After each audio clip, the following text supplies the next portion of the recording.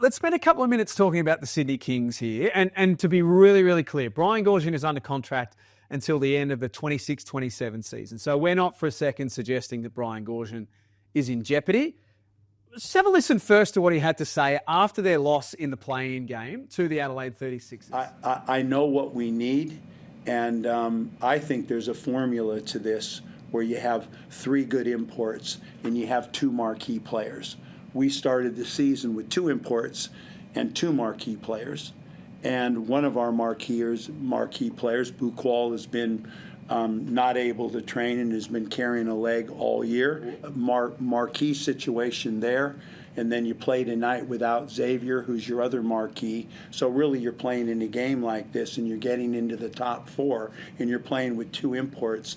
And, you know, you're young Australians. And so moving forward, if you want to win a championship, I think we've got some really nice young pieces, and I think the glass is half full, but we're going to need 3 imports and 2 marquee players to beat a Perth or to beat a United coming down the backstretch. So there's Gorge. He's talking about what the formula is and what makes up a good NBL team.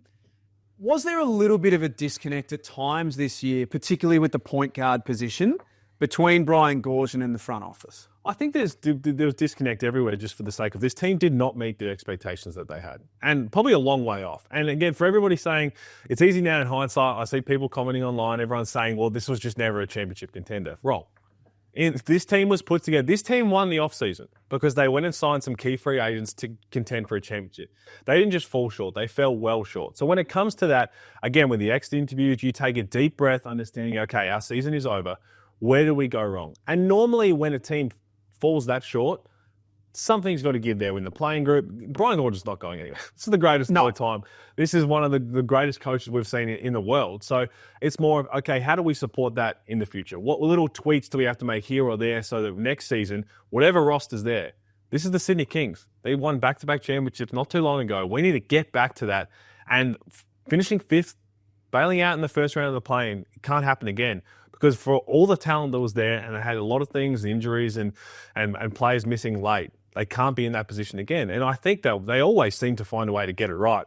They've got some absolute geniuses in the head office. Chris Pongrass, one of the best at what he does.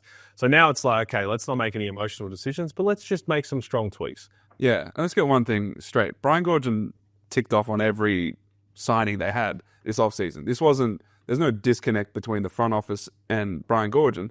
They work in unison, and everyone ticks off on all of these signings. And again, when we look at that roster, this was a championship-level roster. Yeah. Yes, in hindsight, now that we can see their record and see some of the deficiencies, we can point and say, hey, maybe they need to fix this, or this. You can point to that with every team, even teams that are currently in the playoffs. Yeah. If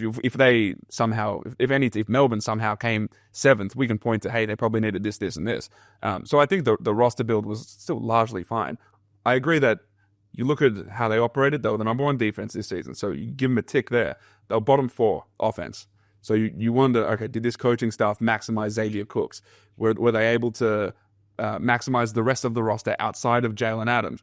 I'd say the answer was no. And so you think of what can they do on the fringes to make this team competitive, because they're bringing a lot of their roster back. You think the continuity would help.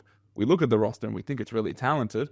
What sorts of things can they do on the fringes to elevate this roster going forward? Well, that's their roster that we're having a look at right now. As you can see, they're more well-placed than just about any team in the league in terms of who's coming back next season.